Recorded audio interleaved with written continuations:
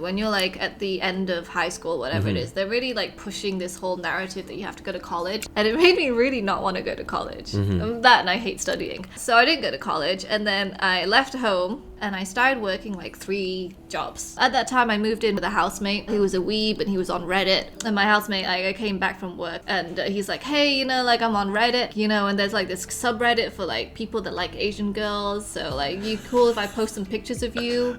And I'm Okay, like, hold on. That's already kind of weird coming from your roommate, no? well, I mean, if you say Asian in Britain, they think Indian, Pakistani, Bangladesh. That's the Asian that Asian means. Right, you know? So I was already kind of used to being fetishized for being Asian just because it's just not something they see. I was one of 2 Asian kids in my whole school. Yeah. Okay, So I was just like, yeah, you know, like post pictures of me, I don't care.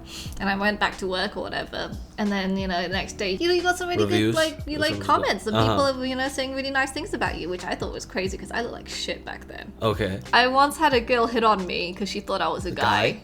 So from the back, you were like a From thick the dude. front, I Oh, was like a shit. thick dude. Yeah. So for a while, you know, my housemates would take pictures of me and I'd be wearing clothes or whatever. Like, it wasn't dirty. It wasn't raunchy pictures. And then eventually I just started posting it for myself. And, you know, like I was talking to people because I was working so much, I didn't really have time to make friends outside of work. Yeah. Basically, it's like the OnlyFans of But Reddit back but then. I wasn't getting paid. You wasn't getting paid, but you No. were still like, hey, Talking, babe. yeah. I don't think I was really flirty. Most of the time I was just talking. Oh, you Like, okay. you can't really underestimate how lonely I was. A lot of what drives me is like knowing what it's like to be lonely. And it was nice. It was kind of all I had outside of just making ends meet. And the topic kept coming up like, oh, you know, like you're already talking to them, you're already posting pictures, like you might as well just go to camming, which is the same thing but live. And I was just kind of thinking like, yeah, you know, that kind of makes sense. Like, I'm not against it. Oh, wow. Making ends meet was pretty much all I knew at that point. I see. Like, I would get fed at the restaurant that I worked at night, and I would eat half of it, and then I'd save half of it so I could eat it for lunch the next Damn, day. this sounds like a labor camp, bro. No, but I mean, I feel like a lot of people, if they've ever been like in that level of poor, like, and they know what I'm talking about. Okay. You scrimp and save. Okay, let's get back to Yeah. You started camp. Yeah, so I started camming. I actually went to Vietnam to visit my family, and then like camming in Vietnam, 1, it's probably not legal, and 2, the connection was really bad. Yeah, I can was in like imagine. this spotty little motel, and then I don't know what the fuck I was doing. Yeah. I was already starting to post like nudes and stuff and everything, so I was like, if we hit my target goal for tonight of tips, you know, I'm gonna do a shower show. So then they hit it.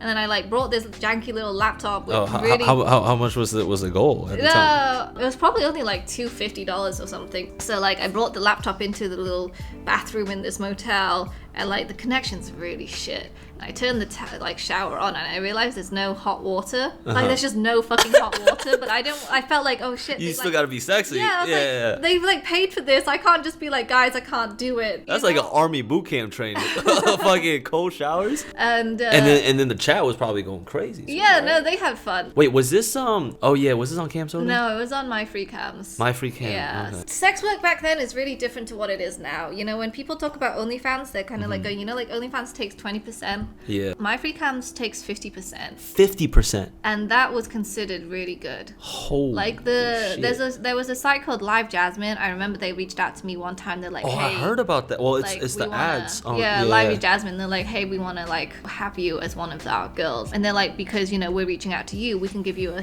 split of like 70-30, but they take 70. So you have to understand, when you're doing sex work and like companies are taking 70%, 50%, when OnlyFans comes out and they only take 20%, you're just like, oh shit, that's so little. For a very long time, 50% split was normal. So I was doing all these cam shows. They're pretty fun. I was able to quit all 3 of my jobs from camming. It was the first time that I didn't have to worry about like where my next meal was going to come from, you know what I mean? It was a little bit stressful because like I moved out and I went to London, which is like where I've always wanted to live. And I got a room in this like Vietnamese uncle's house, and then I had to like cam, but I had to like not wake him up because I didn't want him to know that I did camming. And So he kicked me out. How often were you doing this at the time? Like 4 or 5 nights a week. 4 or 5 nights? It's like a normal job. I feel like camming taught me a lot of skills on how to just interact with people and how to like, you know, be entertaining. You know, there were times when I would be camming and there'd be like, you know, 3,000, 4,000, 5,000 people watching me. Oh, damn. 4 or 5,000 people. So at this point, were you just talking? Were you, Talking, doing some masturbation yeah. videos? Sure, if we hit the goal. So if you hit the, do they start asking for like wilder and wilder shit? Yeah, I mean, they can ask. You gotta but put that an anal doesn't mean bead you have to in, do it, and but, who was the like wildest clips. request you got and you had to say no to? I don't know. I think people mostly know I'm super vanilla. All right. So even if you saw the tips were coming in crazy, you still you you didn't give in to the requests. Everyone has a price. Right. But you gotta be open and honest with where you think your price is. Mm-hmm. You know, like if a guy comes up to you and he's like, yo, Jimmy, like, suck my dick for real? You'd be like, no, of course not. He goes like, I'm gonna drop 50 mil. Would you say no to that? I would not decline, no. But here's the thing, 50 mil, that has to be like just a us two moment. Yeah, Like I get nobody, that. Gabe can't know, you Right, can't right, know, my girl can't know, like nobody knows. For me, it doesn't matter what people ask me. I'll have a number for it and I'll straight up tell them. You know, they'll be like, hey, I really wanna, see you shit in a condom, freeze it, and then use it as a vibrator. I'll be like, yeah, I can do that. Give me like, I don't know, 85,000 for it. Right. And they're like, you know what? I don't have 85. it. No, So I'm just like, okay.